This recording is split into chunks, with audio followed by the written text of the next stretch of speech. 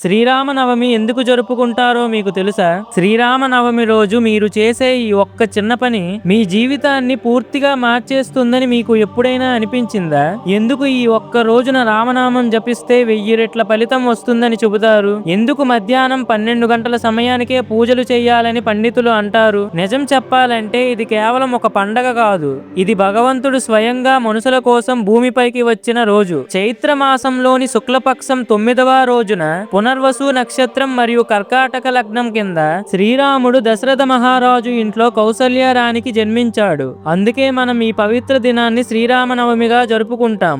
ఈ రోజు కేవలం రాముడి జన్మదినం మాత్రమే కాదు, భూమిపై ధర్మం పునరుద్ధరించబడిన రోజు కూడా. ఒక పురాతన గాథ ప్రకారం ఒకసారి పార్వతీదేవి శివుడి దగ్గరకు వెళ్లి, ఈ శ్రీరాముడు ఎవరు, ఆయన ఎందుకు మానవ రూపంలో జన్మించాడు అది విన్న శివుడు ఇలా అంటాడు: భూమిపై పాపం అధర్మం పెరిగినప్పుడు భూమాత విష్ణువును ప్రార్థించింది. అప్పుడు విష్ణువు, నేను రఘుకులంలో జన్మించి ధర్మాన్ని స్థాపిస్తాను అని వాగ్దానం చేస్తాడు. కానీ ఆయన అవతారానికి ఒకటి కాదు, 5 గొప్ప కారణాలు ఉన్నాయి. శాపాలు, వాగ్దానాలు, భక్తుల కోరికలు ఇవన్నీ కలిసి ఈ అవతారానికి కారణమయ్యాయి. ఇప్పుడు అసలు కథ మొదలవుతుంది. అయోధ్యలో రాజ్యాన్ని పాలిస్తున్న దశరథుడికి ఒక పెద్ద బాధ ఉంది. అతనికి సంతానం లేదు. అందుకే తన గురువు వశిష్ఠుడి సలహాతో పుత్రకామేష్టి యజ్ఞం చెయ్యాలని నిర్ణయించాడు. యజ్ఞం పూర్తయ్యాక అగ్నిగుండం నుంచి అగ్నిదేవుడు ప్రత్యక్షమై పాయసం ఇచ్చాడు. ఇది మీ భార్యలకు ఇవ్వండి, మీ కోరిక నెరవేరుతుంది అని చెప్పాడు. ఆ పాయసం తీసుకున్న తర్వాత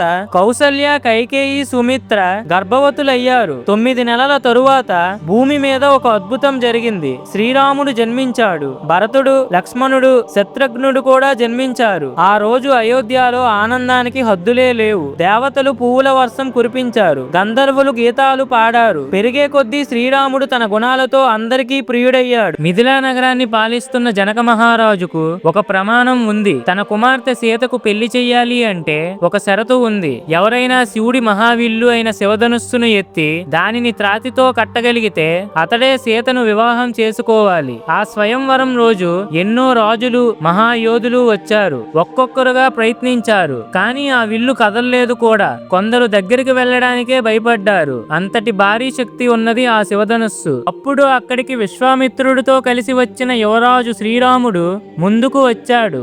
అందరూ అతన్ని చూసి నవ్వుకున్నారు. ఇతను ఎత్తగలడా అని అనుకున్నారు. కానీ రాముడు మాత్రం ఎంతో వినయంగా ఆ విల్లు దగ్గరకు వెళ్లి గౌరవంగా నమస్కరించి సులభంగా దాన్ని ఎత్తాడు. అక్కడ ఉన్న వాళ్ళంతా ఆశ్చర్యపోయారు. తరువాత అతను త్రాటిని కట్టడానికి ప్రయత్నిస్తున్నప్పుడు ఒక్కసారిగా దమ్ అనే శబ్దంతో ఆ విల్లు రెండుగా విరిగిపోయింది. ఆ శబ్దం అంత భీకరంగా ఉంది. భూమి మొత్తం కంపించినట్లు అనిపించింది. దేవతలు ఆశ్చర్యపోయారు. మిథిలా మొత్తం ఆనందంతో మార్మోగింది. అది చూసిన సీత హృదయం ఆనందంతో నిండిపోయింది. ఆమె రాముడి దగ్గరకు వచ్చి వరమాల వేసింది. అలా సీతారాముల కళ్యాణం నిర్ణయించబడింది. ఈ కథ మనకు ఒక గొప్ప విషయం నేర్పుతుంది. నిజమైన శక్తి అంటే గౌరవం కాదు. రాముడు తన శక్తిని చూపించడానికి కాదు, ధర్మాన్ని నిలబెట్టడానికి ఆ విల్లు విరిచాడు. అందుకే ఈ శ్రీరామనవమి రోజు సీతారాముల కళ్యాణం జరుపుకుంటాం. అది కేవలం ఒక వివాహం కాదు, ధర్మం, ప్రేమ, విధేయత కలిసిన దివ్యమైన బంధం. కానీ ఆయన జీవితం సుఖంగా మాత్రం ఉండలేదు. 14 సంవత్సరాల వనవాసం, సీత అపహరణ,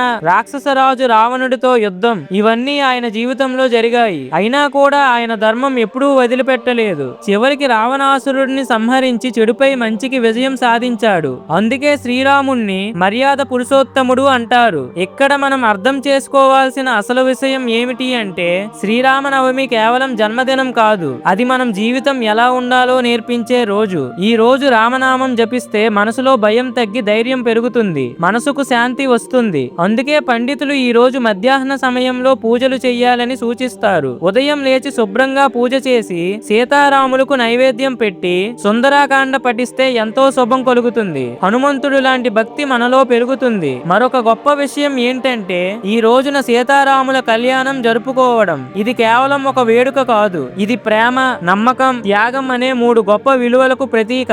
అందుకే ఈ రోజున కళ్యాణం చూస్తే కుటుంబంలో శాంతి పెరుగుతుందని నమ్మకం. అలాగే పేదలకు అన్నదానం చెయ్యడం, దానం చెయ్యడం వల్ల పుణ్యం కలుగుతుంది. ఎక్కడితో కథ ముగిసిందనుకుంటున్నారా? కాదు, అసలు సందేశం ఇప్పుడే మొదలవుతుంది. శ్రీరాముడు దేవుడు కాబట్టి గొప్పవాడు కాదు, తన గుణాల వల్ల గొప్పవాడు. మనం కూడా ఆయన చూపించిన మార్గంలో నడిస్తే మన జీవితంలో కూడా శాంతి, ఆనందం తప్పకుండా వస్తాయి. వస్తాయి. ఈ శ్రీరామనవమి నుంచి ఒక చిన్న నిర్ణయం తీసుకుందాం. రోజుకు ఒక్కసారి అయినా రామా అని జపిద్దాం. మనలో మార్పు మనమే చూస్తాం. ఇప్పుడు ఇంకో లోతైన కథ వినండి. హనుమంతుడి గురించి ఒక విశేషం ఉంది. ఒకసారి ఆయన హృదయం ఎందుకు ఎప్పుడూ రామనామంతో నిండిపోయి ఉంటుందో తెలుసుకోవాలి అని ఋషులు అడిగారు. అప్పుడు హనుమంతుడు తన ఛాతిని చీల్చి చూపించాడు. అందులో శ్రీరాముడు మరియు సీత నివసిస్తున్నారు. ఇది కేవలం ఒక కథ కాదు, ఒక గొప్ప సందేశం. మన మనస్సులో భక్తి ఉంటే భగవంతుడు మనలోనే ఉంటాడు. శ్రీరాముని ప్రాముఖ్యత. రామాయణంలో శ్రీరాముడికి వశిష్ఠ మహర్షి నామకరణం చేశాడు. ఇందులో రమంతే యోగినో యత్ర రామ అని ఒక అర్థం ఉంది. అంటే యోగీశ్వరులు ఏ దేవుడి నుంచి ఆస్వాదన చెందుతారో వారే రాముడు అని అర్థం. శ్రీరామనవమి రోజున రామనామస్మరణ చేయడం వల్ల అనేక రెట్ల పుణ్యఫలం లభిస్తుందని చాలా మంది నమ్ముతారు. శ్రీరామనవమి రోజే సీతారాముల కళ్యాణం జరిగిందని, పట్టాభిషేకం కూడా ఇదే రోజున జరిగిందని చెబుతారు. అందుకనే తెలుగు రాష్ట్రాలతో పాటు దేశవ్యాప్తంగా సీతారాముల కళ్యాణం నిర్వహిస్తారు. రామనవమి నాడు ప్రత్యేక పూజలు చేయడం, కళ్యాణం నిర్వహించడం, రామ మంత్రాలు జపించడం వల్ల 1000 రెట్ల ఫలితం కలుగుతుందని విశ్వసిస్తారు. అంతేకాకుండా రామనామాన్ని అత్యంత భక్తి శ్రద్ధలతో జపించడం వల్ల అనేక సమస్యల నుంచి ఉపశమనం లభిస్తుందని పండితులు చెబుతారు. ఇప్పుడు పూజా విధానం తెలుసుకుందాం. శ్రీరామనవమి రోజున సూర్యోదయం కంటే ముందే నిద్ర లేవాలి. మీ ఇంట్లో మామిడి ఆకులు, కొబ్బరికాయలను కలశంపై ఉంచాలి. సీతారాములకు ధూపం, దీపం, పండ్లు, పువ్వులు, వస్త్రాలు, ఆభరణాలు సమర్పించాలి. రాములోరికి తీపి పదార్థాలను నైవేద్యంగా సమర్పించాలి. పూజ పూర్తయ్యాక విష్ణు సహస్రనామం పఠించి హారతి ఇవ్వాలి. చివరిగా మీ సామర్థ్యం మేరకు అన్నదానం చెయ్యాలి.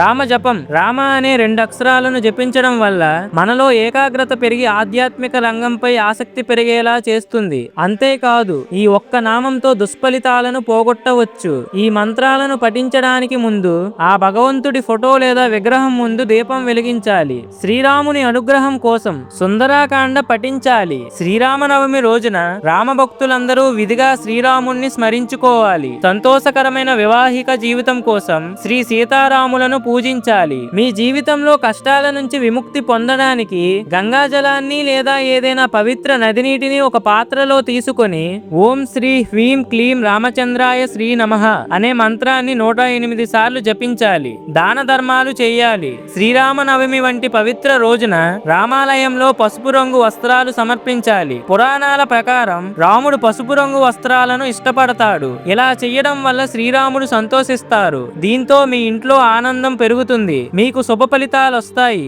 అదే విధంగా మీ సామర్థ్యం మేరకు పేదలకు అన్నం, బట్టలు తదితర వస్తువులు దానం చెయ్యాలి. దీనివల్ల ఎంతో పుణ్యఫలం దక్కుతుందని పండితులు చెబుతున్నారు. ఇంకా ఒక విషయం, లక్ష్మణుడు లాంటి సేవాభావం, భరతుడు లాంటి త్యాగం ఇవన్నీ మన జీవితంలో ఉంటే మనం కూడా గొప్ప వాళ్ళం అవుతాం. భరతుడు రాజ్యాన్ని వదిలి రాముడి పాదుకలను సింహాసనంపై పెట్టి పాలించాడు. మీరు రామభక్తులైతే జై శ్రీరామ్ అని కామెంట్ చేయండి.